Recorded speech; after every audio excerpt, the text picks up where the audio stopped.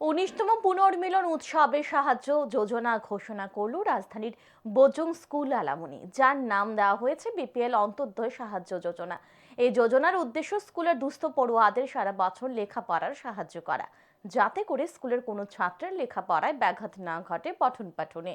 রবিবার বোজং স্কুল এলামনির উদ্যোগে বোজং স্কুল প্রাঙ্গণে হয় ১৯তম পুনর্মিলন উৎসব। এলামনির এক কর্মকর্তা জানান, সারা বছর তারা সামাজিক কাজ করে থাকেন। এদিনই ৭ জন পড়ুয়াকে স্কলারশিপ দেওয়া হয়। আগামীতেও তাদের সামাজিক কর্মসূচি জারি থাকবে।